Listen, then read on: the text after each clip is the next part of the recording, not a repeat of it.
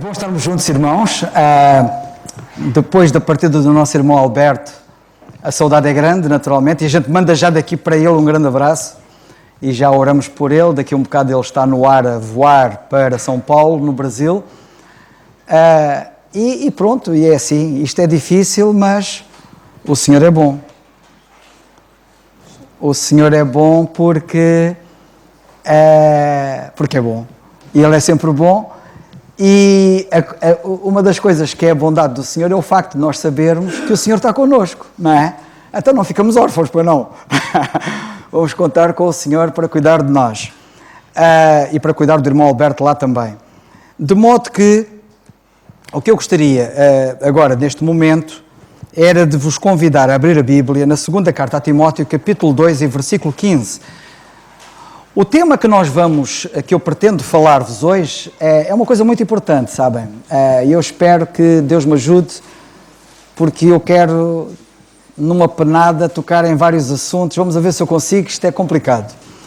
De qualquer das maneiras, o tema principal é a importância de se dividir bem a palavra da verdade. A importância, repito, de se dividir bem a palavra da verdade. E nós tivemos o nosso irmão Alberto nestes últimos dias connosco, e particularmente tivemos-lo connosco na quarta-feira passada, em que ele falou sobre a questão do calvinismo, falou sobre a questão da eleição, e o problema de muitos erros doutrinários que por aí pululam em muitas igrejas deve-se ao facto de não haver o cuidado de se dividir bem a palavra da verdade. O calvinismo é resultado de não se dividir bem a palavra da verdade. E há muitos ismos por aí, como o catolicismo, etc., cujo problema está em não se dividir bem a palavra da verdade. E na nossa passagem que nós temos aqui, no capítulo 2 e versículo 15, nós lemos assim: procura apresentar-te a Deus aprovado, obreiro que não tem de que se envergonhar, que maneja bem a palavra da verdade. Portanto, é muito importante, está aqui um desafio do apóstolo Paulo para Timóteo, que era mais novo e iria dar continuidade à obra de Deus, que ele deveria ter o cuidado de ser um obreiro aprovado, o que significa que poderia ser um obreiro reprovado. E nós temos aí muitos obreiros, muita gente a fazer obra de forma reprovada. E porquê? Por muitas razões, mas uma delas é porque não manejam bem a palavra da verdade. E quando eu digo dividir, a versão que nós lemos agora aqui diz maneja bem a palavra da verdade. Mas antes vocês já vão perceber porque é que eu falo em dividir em contraste com manejar. Já vão perceber porquê. Sabem que sempre que nós não dividimos, o resultado é confusão. Por exemplo, neste momento, o país está mergulhado numa grande confusão por causa da ideologia do género, por causa de não dividirem casas de banho femininas das casas de banho masculinas. Está gerada a confusão. Sempre que não se divide, temos confusão. E é assim na ideologia do género e é assim também na palavra de Deus. Sempre que nós não dividimos bem, nós temos confusão. Sabem que esta palavra maneja, que foi traduzida na nossa língua portuguesa por maneja, que sejas um obreiro aprovado, que maneja bem a palavra da verdade, é uma palavra que é tirada dos antigos sacrifícios no Velho Testamento. E é uma palavra que significa cortar a direito. Aliás, ainda me lembro do nosso querido e saudoso irmão Sobral, quando falava deste assunto, ele falar no cortar a direito. E, de facto, esta ideia do cortar a direito é uma linguagem dos sacrifícios levíticos no Velho Testamento. E porquê?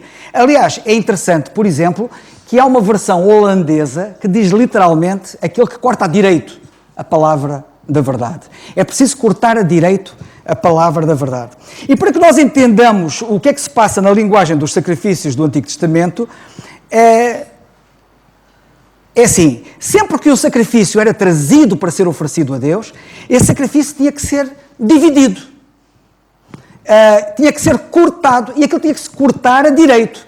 E sabem que quando eles cortavam, o sacrifício era dividido em 3 partes, exceto quando todo ele era queimado e subia o fumo, o aroma para Deus.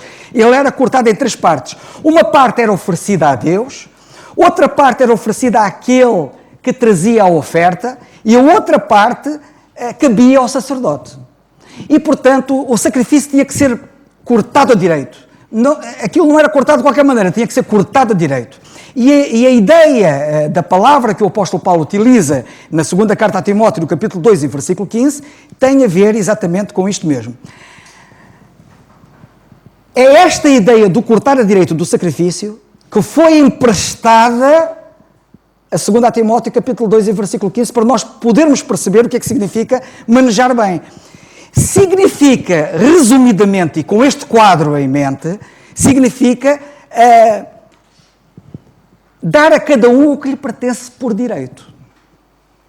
No fundo, é dar a cada um o que lhe pertence por direito. A Deus o que lhe pertence por direito, ao ofertante o que lhe pertence por direito e ao sacerdote o que lhe pertence por direito. Portanto, significa dar a cada um o que lhe pertence por direito. E no estudo da Bíblia, nós precisamos de dar a cada um o que lhe pertence por direito e não misturar. E é assim que nós vemos na palavra de Deus que aquilo que pertence ao corpo de Cristo deve ser dado ao corpo de Cristo, que é o povo celestial de Deus. Aquilo que pertence a Israel, o povo terreno, deve ser dado a Israel, não é? E aquilo que pertence aos gentios deve ser dado aos gentios. Porque a Bíblia, curiosamente, divide o mundo em 3 partes atualmente, que é a Igreja, Israel e os gentios. E nós temos que cortar a direito na Bíblia para saber o que pertence a quem. E não misturarmos. Porque quando se mistura, temos a confusão. E o que se passa na cristandade, de uma forma geral, é exatamente essa confusão.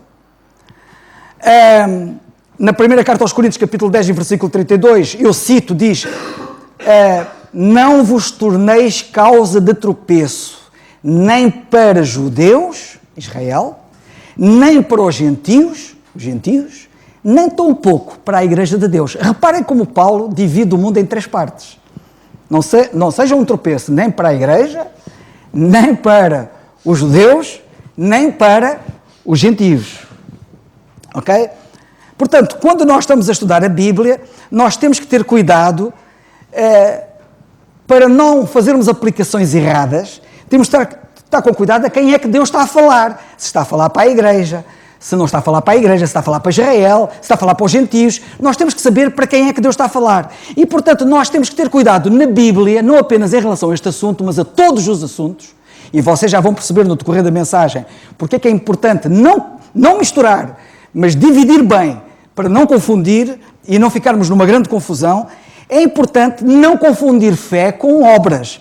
É importante não confundir lei com graça. É importante não confundir igreja com reino. É importante não confundir céu com milénio. E há pessoas que confundem céu com milénio. Há pessoas que, quando Isaías está a descrever o paraíso que é um leão estar a pastar com ovelha, diz: isto é uma figura do céu. Aqui é uma figura do céu. Lá não há leões nem ovelhas. Temos de ter cuidado. Mas há pessoas que, exatamente porque não dividem bem a palavra da verdade e misturam tudo, causam confusão. Não é? E depois as pessoas ficam com ideias estranhas. É preciso cuidado, e o nosso irmão Alberto alertou e bem para as alegorias. A Bíblia não é alegórica. A Bíblia é literal. Com essa brincadeira das alegorias, acabaram por dizer que Gênesis é uma alegoria. E, portanto, aquilo que está no jardim no Gênesis e a criação do mundo como lá está, aquilo não foi assim. Aquilo é uma alegoria. Não levem aquilo literalmente. E depois é a confusão e é o caos que está instalado, porque é mesmo assim. Aliás, eu quero chamar a vossa atenção para isto, porque quando a Bíblia fala em Israel, a Bíblia refere-se e significa mesmo Israel. Quando a Bíblia fala em igreja, significa mesmo igreja. Quando a Bíblia fala numa pedra, significa mesmo uma pedra. Quando a Bíblia fala numa estrela, significa mesmo uma estrela. A não ser que o contexto diga que a pedra ou a estrela tem um significado especial. As 7 cabeças que tu viste, foi dito a João. Tu viste 7 cabeças, João? Viste? E toda a gente disse, sim, ele viu 7 cabeças. São 7 montes. A não ser que a Bíblia diga que as cabeças são montes, não nos coloquemos a ver montes onde eles não existem. E não vejamos nas cabeças o que elas não são. Compreendem? Portanto, isto na Bíblia é de facto muito importante. Quando há alguma revelação na Bíblia que é simbólica, a Bíblia mostra claramente que aquilo é simbólico.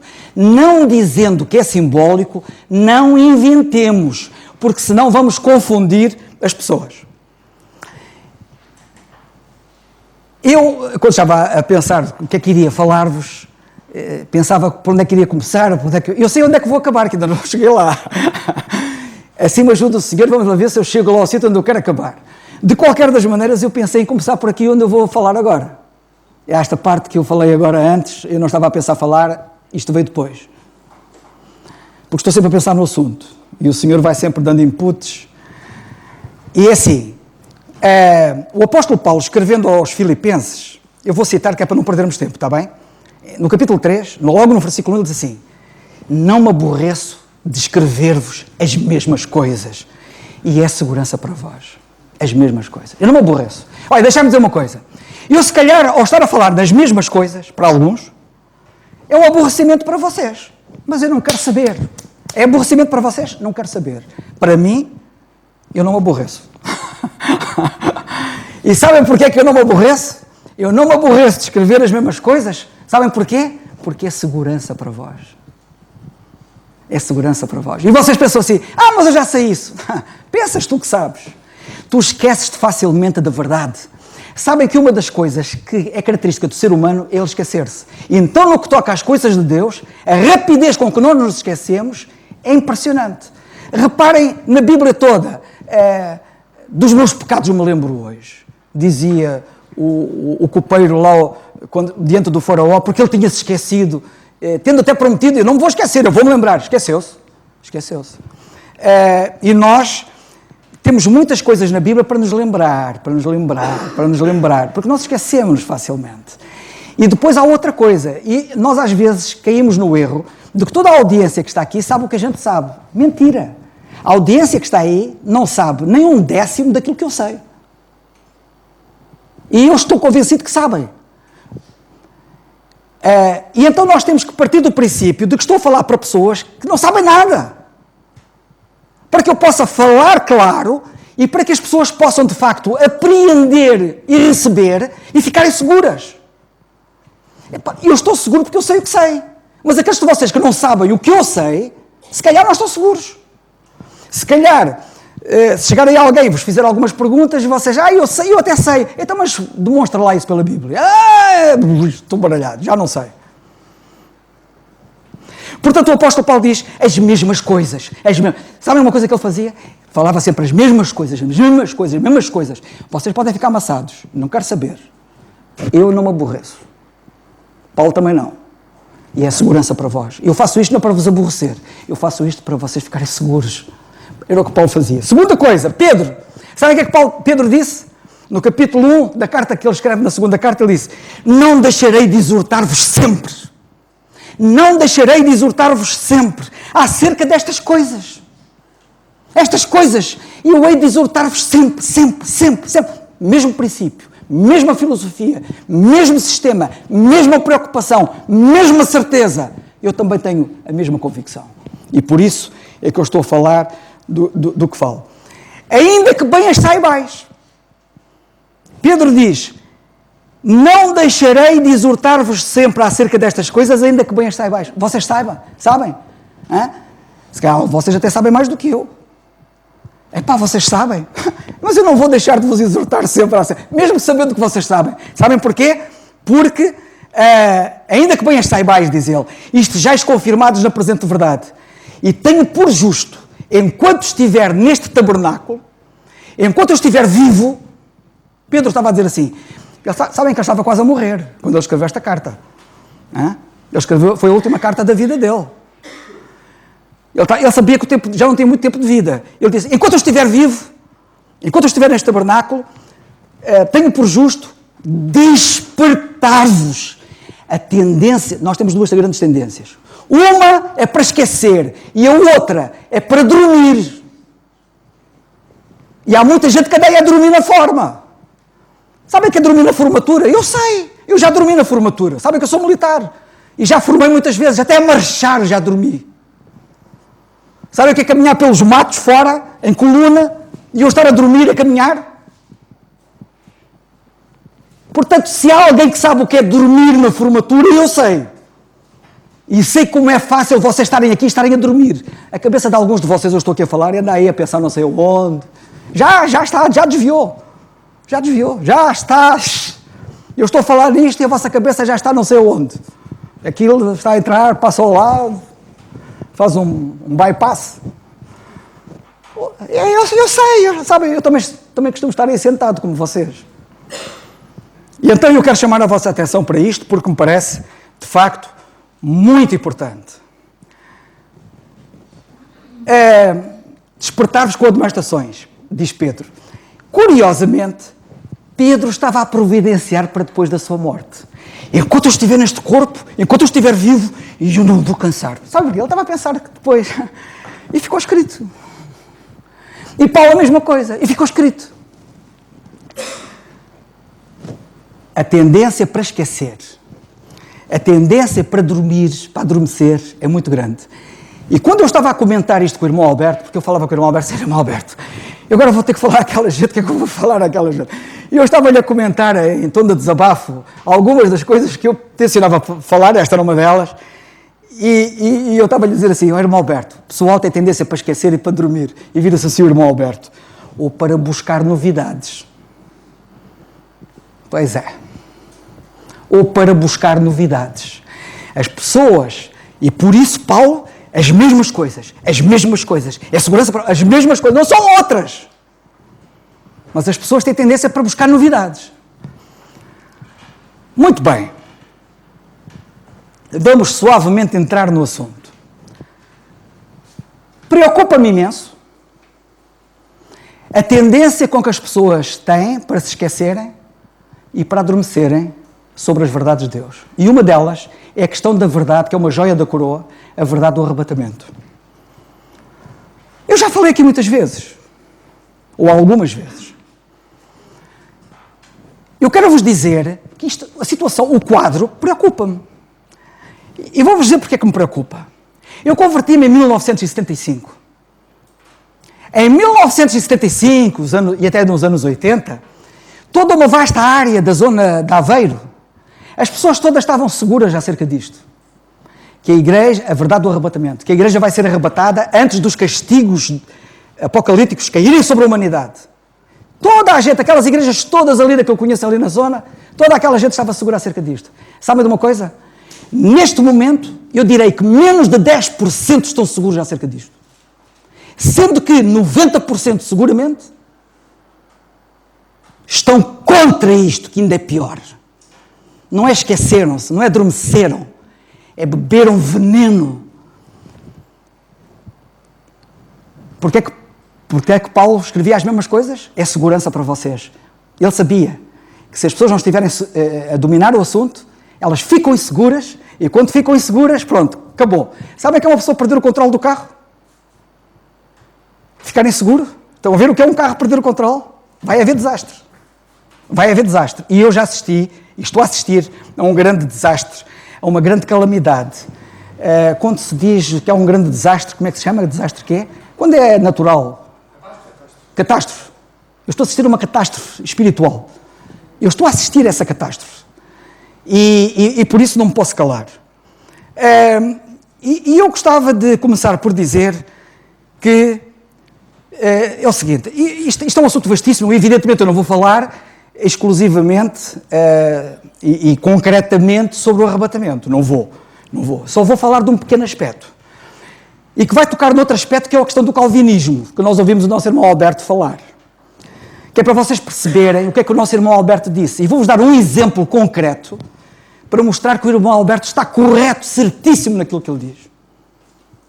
Vou-vos dar um exemplo, assim me ajuda o Senhor para vos dar esse exemplo. De qualquer das maneiras, É assim, quando nós lemos já acerca do arrebatamento, sabem que só há uma pessoa que fala do arrebatamento na Bíblia. É o apóstolo Paulo, mas ninguém fala. E porquê? Porque o arrebatamento, ele diz, eis aqui vos digo um mistério. O arrebatamento era um segredo. Sendo um segredo, ninguém evidentemente conhecia. E só ele o conheceu, porque o Senhor revelou a ele. Revelou-lhe o segredo, o mistério da igreja, que incluía o aparecimento da igreja, que era um segredo, um mistério que nunca ninguém falou da igreja como corpo de Cristo. Ao longo da história, nenhum profeta sabia nada acerca disto. E, portanto, se o aparecimento da igreja era um mistério, obviamente, o desaparecimento da igreja também é um mistério. Como é óbvio, não é? Se ninguém sabia que ela ia aparecer, alguém sabia que ela ia desaparecer?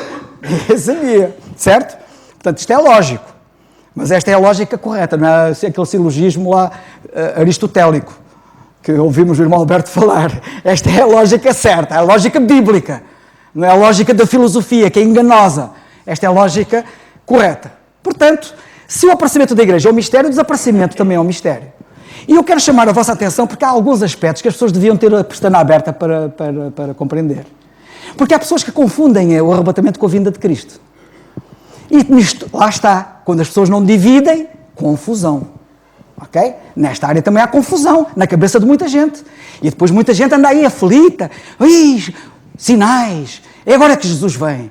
As luas estão-se a transformar em sangue e não sei o quê, as luas de sangue e acontecer aquilo, Israel assim, e coisa abaixo e coisa acima, e terremotos e guerras e não sei o quê. É agora que Jesus vem. Poupem-me, por favor. Eu não ando por vista. Paulo é claro. Eu ando por fé. Fé é crer no que Deus diz. E se eu ando pelo que Deus diz, eu não ando aí com a antena levantada a saber parabólica para saber as notícias que estão a acontecer e para eu me orientar. Eu não me oriento por notícias enganosas. Eu não me oriento pelo que o olho vê, que é enganoso. Ok? Eu oriento-me pelo que Deus diz. Não é pelo... Sabem que Adão e Eva no Jardim do Éden logo espalharam-se ao comprido porque foram pelo que o olho viu, não foram pelo que Deus disse. E Deus disse o que disse. E eles deviam crer no que Deus disse. Ponto. Não interessa lá se a árvore era boa, se era bonita, se o fruto era fantástico. Não se deviam ter deixado levar pelos sentidos. Foi um desastre.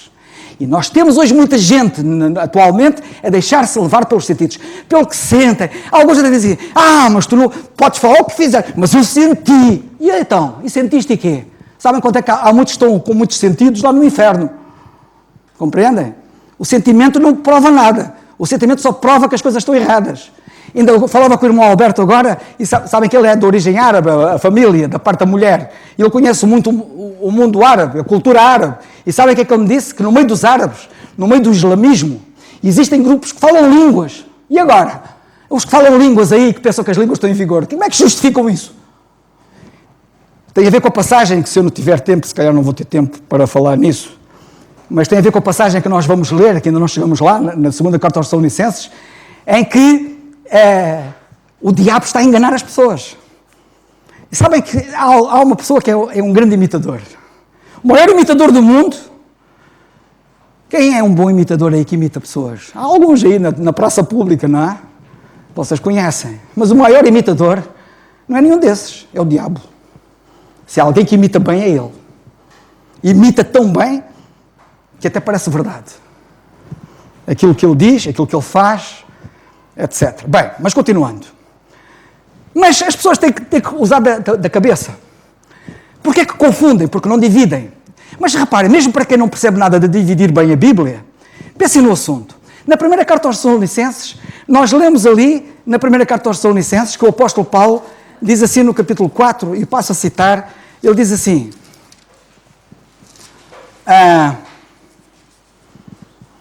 Depois nós, os que ficarmos vivos, seremos arrebatados juntamente com eles nas nuvens a encontrar o Senhor nos ares.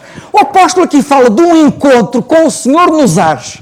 As outras passagens da Bíblia que falam da vinda de Cristo falam do Senhor vir à terra e encontrar os crentes na terra. Então isto não é diferente? Não há diferença? Mas será que anda tudo a dormir? Já estou como era o Alberto, das duas uma. Ou vocês são cegos ou são hipócritas. Não foi o que ele disse aqui na quarta-feira? As pessoas ou são cegas ou são hipócritas. Porque nós temos aqui um encontro com o Senhor nos ares e temos um encontro com o Senhor na terra. Porque quando ele vier, os seus pés vão estar no Monte das Oliveiras. Não há diferença. É a mesma coisa. Agora vêm os peritos em parafrasear a Bíblia. Como é que se diz aquele termo que é... Não, que é alegoricamente, alegoria. Que vem fazer alegorias, diz, não, isto é uma alegoria, quer dizer, isto dos ares, quer dizer, ele vem dos ares, de facto, ele para vir à Terra vem pelos ares, não é? E arranjam ali um estratagema e mudam e torcem a Bíblia completamente. Não se deixe enganar, o encontro é nos ares. Não é ele vem nos ares e depois vem à Terra, não. O encontro é nos ares e assim estaremos sempre com o Senhor. Ok? E o resto é diferente. Evidentemente que eu não tenho tempo para estar agora aqui a falar nisso, mas estou-vos a dar apenas uma ideia. Quando o apóstolo, na primeira carta, aqui quero que vejam, no capítulo 4, da primeira carta aos Tessalonicenses, ele diz assim, versículo 13, não quero, porém, irmãos, que sejais ignorantes acerca dos que já dormem. Reparem que o apóstolo vai falar de uma coisa que eles não sabiam. Ok? Eu já estive a dizer que o desaparecimento da igreja é um segredo, é um mistério. E evidentemente que o apóstolo está-lhes a falar de uma coisa que eles não sabiam. Eu não quero que vocês sejam ignorantes acerca dos que já dormem. Ele vai revelar uma coisa que até aqui não estava revelada. E já agora, para um enquadramento para vocês poderem perceber, quando ele escreveu a carta aos Tessalonicenses, foi depois de ele sair de lá da Tessalónica. E sabem que condições é que ele saiu da Tessalónica? Debaixo de uma violenta perseguição. Que foi uma aflição terrível, terrível. Tão terrível que alguns até pensavam, estamos na grande tribulação. Que não estavam. E ele teve que escrever acerca disso. Mas a aflição foi tão grande, tão grande, tão grande, que eles pensavam, então alguns crentes até morreram. Familiares de outros crentes. Não é? Ainda há bocado falei do Leandro e da Leandra, que são irmão e irmã. Imaginem, temos aqui várias famílias que têm irmão, irmã. Temos aqui vários irmãos e irmãs que se converteram. Imaginem que no meio daquela perseguição, alguns irmãos morreram. E o apóstolo está a dizer aqui no versículo 13, não quero que sejais ignorantes acerca dos que morreram, dos que já dormem, para que não vos entristeçais, como os demais não têm esperança. Eu tenho uma coisa fantástica para vos dizer. E então ele vai revelar o segredo do desaparecimento da igreja. E ele então diz, no versículo 15, por exemplo, não tenho tempo para estar em pormenores, dizemos-vos, pois, isto pela palavra do Senhor. Isto é revelação divina. Isto que eu vou dizer, eu digo-vos pela palavra do Senhor. Isto é pela revelação que o Senhor me está a dar. Não é pela palavra do Senhor que Joel escreveu, ou Daniel, ou Jeremias, ou Isaías. Não é aquilo que eles escreveram. Porque eles eram ignorantes acerca disto. Quando ele diz pela palavra do Senhor, é pela revelação que o Senhor está a dar da sua palavra a mim. Ok? E então ele fala do arrebatamento. Todo este capítulo, versículo 13 a 18, ele fala do arrebatamento. E depois chega ao versículo 18 e diz assim, consolai-vos com estas palavras. É uma consolação. Vocês estavam tristes, porque os vossos morreram. Tem calma, o Senhor vem aí, tem um segredo para dar. E quando ele vier, olha, os primeiros a partir são os que estão mortos. Esses saem primeiros. Depois os que estiverem vivos quando ele vier, é a seguir, logo a seguir. E juntam-se aos outros e encontram o Senhor nos ares. Vai ser fantástico. Consolai-vos com estas palavras. Mas quando ele acaba este assunto, chega ao capítulo 5. E no capítulo 5 ele diz assim, mas, agora vai mudar a conversa, tomem atenção. Mas, irmãos, acerca dos tempos e das estações, não necessitais que vos escreva. Ele agora vai falar daquilo que já está revelado. E atrás, ele falou do que eles ignoravam e que eles precisavam de saber. Fazia parte do segredo, do mistério. Agora ele vai falar daquilo que já está revelado e que ele não precisava de escrever nada, porque todos os profetas, desde o princípio, falaram acerca disto. E então, o que é que ele diz?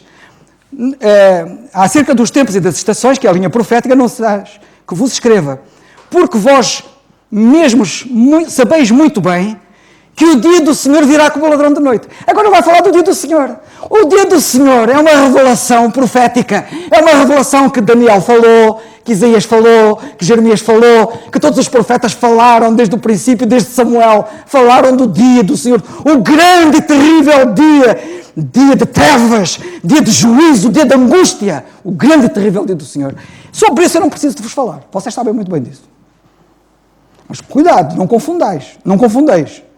Aquilo que vocês estão a passar dessa aflição não é esse dia, que é um dia terrível. Vocês podem estar a fazer confusão. Ok? Lá está. Temos que andar pela palavra, não é pela vista. Porque a vista pode enganar. Não é?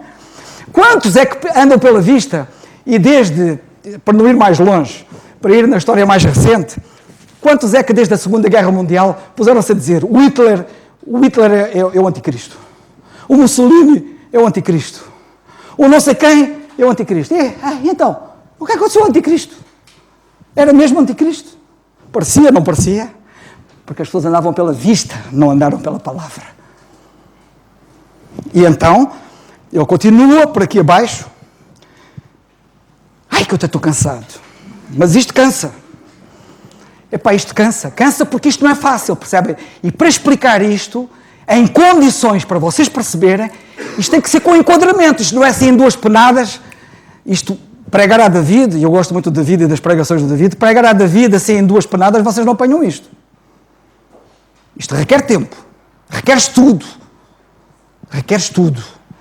E reparem que ele chega no capítulo 5, continua a falar por aqui abaixo, e agora está a falar da linha profética, está a falar da grande tribulação, estão a ver? Está a falar da grande tribulação. E depois ele chega aqui, ao versículo 9, que eu até estava para dizer isto apenas quase no fim, mas vou já dizer agora, vou antecipar. No versículo 9 ele diz assim, porque ele fala dos da noite, nós não somos da noite, é que são os da noite, esses da noite são outros. E depois ele diz no versículo 9, porque Deus não nos destinou para a ira, mas para a aquisição da salvação por nosso Senhor Jesus Cristo. Deus não nos destinou para a ira, mas destinou-nos para a salvação, para a aquisição da salvação por nosso Senhor Jesus Cristo. E aqui há um novo conceito, atenção, que é o conceito que eu vou introduzir na segunda carta aos Tessalonicenses, vou introduzir, como quem diz, introduzir na minha mensagem, que é o conceito da salvação. Quem não divide bem a palavra da verdade confunde. A palavra salvação na Bíblia não quer dizer sempre a mesma coisa. Nós temos a salvação na Bíblia, para quem maneja bem a palavra da verdade, nós temos 3 tempos na salvação. Estou a falar da minha salvação. Não estou a falar de várias salvações diferentes. Estou a falar de uma única salvação. Eu fui salvo pela graça de Deus. E a minha salvação tem 3 tempos, a minha e a vossa. Pode ser resumido da seguinte maneira. Eu fui salvo passado da condenação do pecado e, portanto, já não tenho mais medo de ser condenado, não é? Nós já estamos libertos. Romanos 8.1, o que é que diz? Nenhuma condenação há para os que estão em Cristo Jesus. Ok? Fui salvo da condenação do pecado. Estou a ser salvo da presença, estou a ser salvo do poder do pecado, porque o pecado ainda habita em mim. Eu fui salvo da condenação do pecado. O pecado já não me condena mais. Mas o pecado ainda habita em mim. E se houver alguém que disser que não tem pecado, é mentiroso. O pecado ainda habita em mim. E este pecado, Deus quer me salvar diariamente do poder que Ele tem, porque Ele tem um poder tremendo. O poder tremendo. Eu todos os dias luto com este poder. Vocês não queiram saber, é um braço de ferro mesmo. Mas tenho que pôr o Senhor a lutar com Ele, porque eu não consigo. É um poder tremendo que o pecado tem. E o pecado quer vos arruinar. Vocês tenham cuidado. E o Senhor quer nos salvar do poder do pecado. E sabem como é que o Senhor salva do poder do pecado? É com o seu ministério intercessor a nosso favor diariamente. Sabem quem é a pessoa que ora mais por nós? É o Senhor.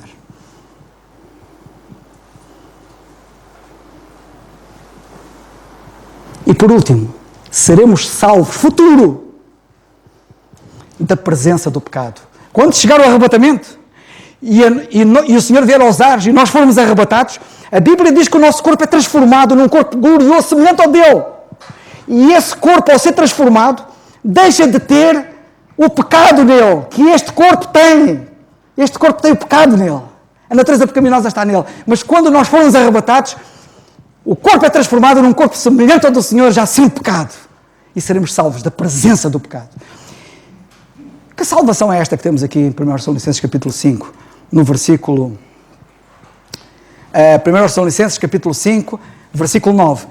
Porque Deus não nos destinou para a ira, mas para a aquisição da salvação. É a salvação tipo futuro. Então, mas eu já não estou salvo? Estou. Então, mas aqui não diz que o Senhor não nos destinou para a ira, mas para a aquisição da salvação por nosso Senhor Jesus Cristo? Deixai-me dizer uma coisa muito importante, a ver se eu consigo. Eu vejo-me aflito com isto. Mas que Deus me ajude. que é o seguinte.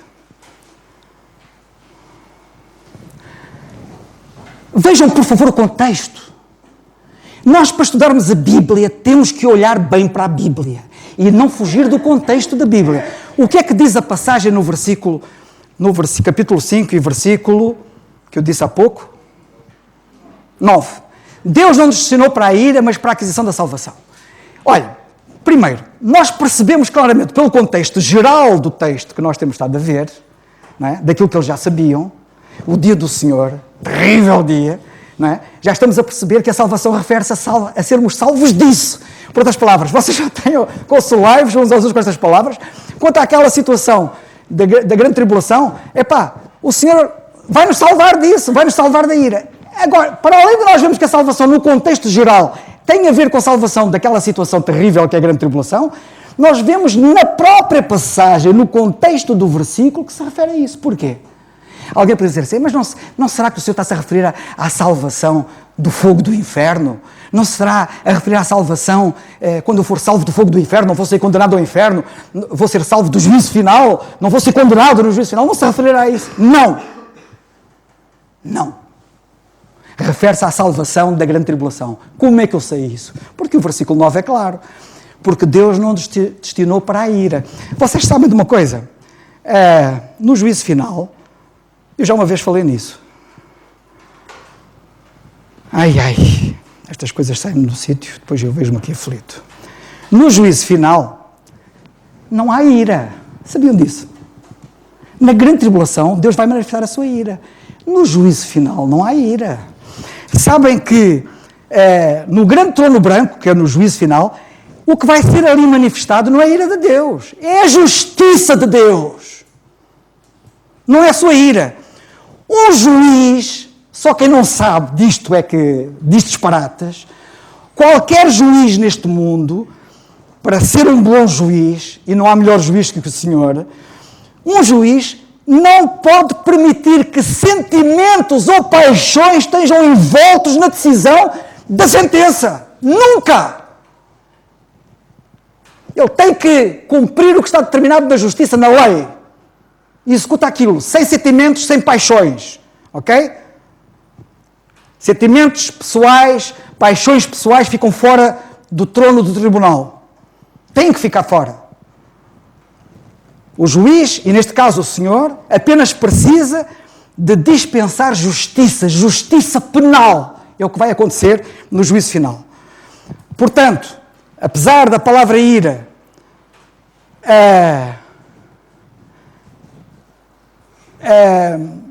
apesar da palavra ira, e vou passar a citar, que é muito importante, apesar da palavra ira ocorrer pelo menos uma dúzia de vezes em relação à grande tribulação,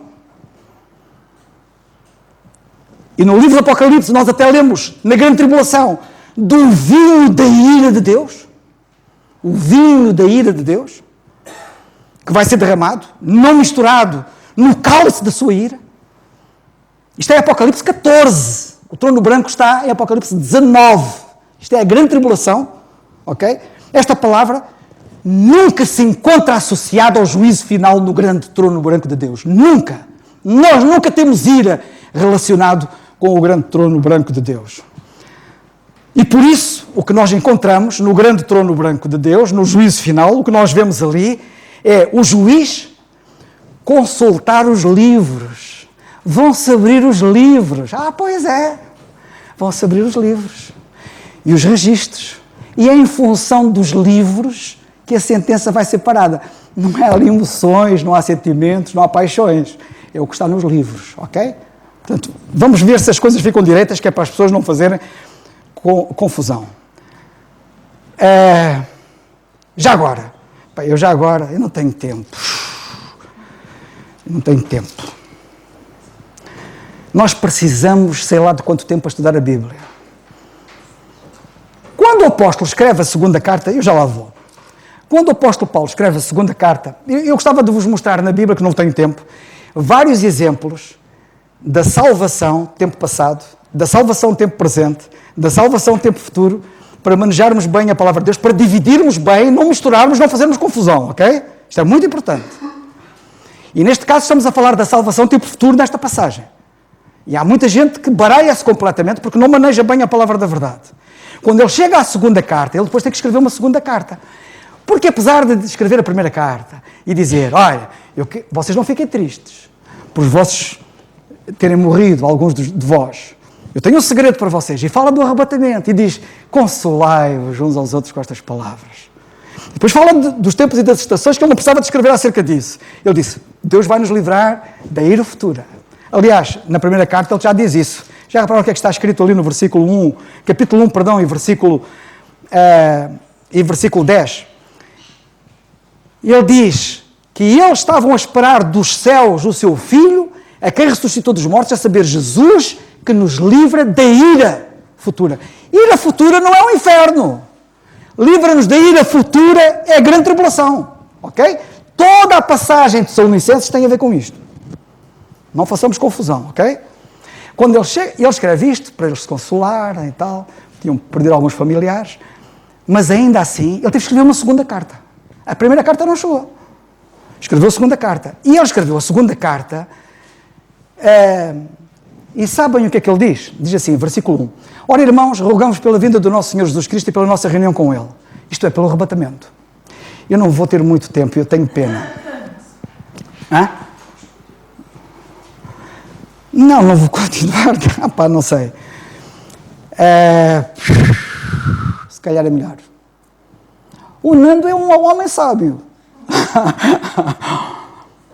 Eu depois continuo, se Deus quiser. Acho que é melhor. Porque agora, ao entrar no capítulo 2, eu queria falar sobre alguns aspectos das duas uma. Eu fazia um resumo do resumo muito curto, e isso é mau. Porque a tal coisa não se pode falar em poucos minutos, uma coisa que é tão importante para as pessoas poderem compreender. Ou então, mas só para dar uma espreitadela? Não, fica para a semana. Agora é que vocês vão ficar aí. O que é que ele vai dizer para a semana? Porque ele teve que escrever uma segunda carta.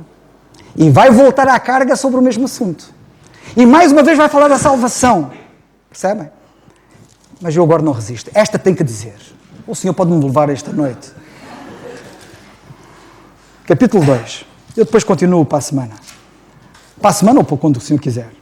No capítulo 2 da segunda carta aos Tessalonicenses, sabem o que é que nós lemos? Ele está a falar do arrebatamento. Porque a aflição era tão grande que eles passavam a estar na grande tribulação. E o apóstolo está a dizer, não, vocês não estão nada no arrebatamento, não estão nada na grande tribulação. Aliás, ele já na carta anterior tinha dito que ele nos livra da ira, certo? Mas ainda assim, e o diabo é esperto, como vocês vão ver para a semana ou para a outra, quando for, vão ver a estratégia que ele utilizou para os convencer do contrário. Sabem que o Senhor mostra uma coisa e vem o diabo e mostra outra, só para nos dizer o que o Senhor diz? Foi sempre assim, desde o Éden. E vocês vão ver isso aqui nesta carta. E então ele vai andando, ele diz que não, grande tribulação não, e chega ao versículo 13 e diz assim, capítulo 2, mas devemos sempre dar graças a Deus por vós, irmãos amados no Senhor, por Deus vos ter elegido desde o princípio para a salvação. Ora, cá está. Irmão Alberto, um grande abraço para si aí no Brasil, que ele vai entender-me o que eu vou dizer. Temos aqui eleição para a salvação. Irmão Alberto, não estou a perceber. Teu irmão teve aí a dizer que a salvação só tem a ver com crente, que a eleição só é uma verdade que tem a ver com crentes, não tem a ver com descrentes, tem a ver com o que Deus tem para crentes, que não tem nada a ver com descrentes para serem salvos do inferno, não é nada disso. A eleição tem a ver só com pessoas que já são crentes. Ok? Então, e agora aqui, diz que fomos eleitos para a salvação. Então, e olha o que é que ficamos? Cá está, quem não divide bem a palavra da verdade. Qual é o contexto? Salvação, tempo futuro. Livres da ira futura. Quando o apóstolo diz aqui, e cá está a passagem a dizer, e passo a citar, está no capítulo 2 e versículo 13, como eu disse, ele disse, Deus nos ter elegido desde o princípio para a salvação, a santificação do Espírito e fé da verdade. Nós, quando formos analisar aqui o capítulo 2, vocês vão ver claramente como o contexto tem a ver com a salvação do tempo futuro. Não tem a ver com a salvação da alma, da condenação do pecado, mas tem a ver com a salvação da presença do pecado. Tem a ver com a vinda do Senhor, e é disso que ele está a falar em toda a carta, tem a ver com a vinda do Senhor. E, portanto, o Senhor elege os que já são salvos para serem salvos da ira futura. O Senhor diz assim: vocês estão salvos? Eu elegi-vos, é vocês salvos, para vocês não passarem pela ira futura. É mais uma das bênçãos que Ele dá aos salvos. A eleição tem a ver com bênçãos para os salvos, não tem nada a ver com perdidos, ok? Não tenho tempo para explicar mais, ficamos por aqui, a nossa hora está passada. Obrigado pela paciência que vocês têm para maturar, mas eu espero que isto seja segurança para todos vós e para mim também, que assim seja.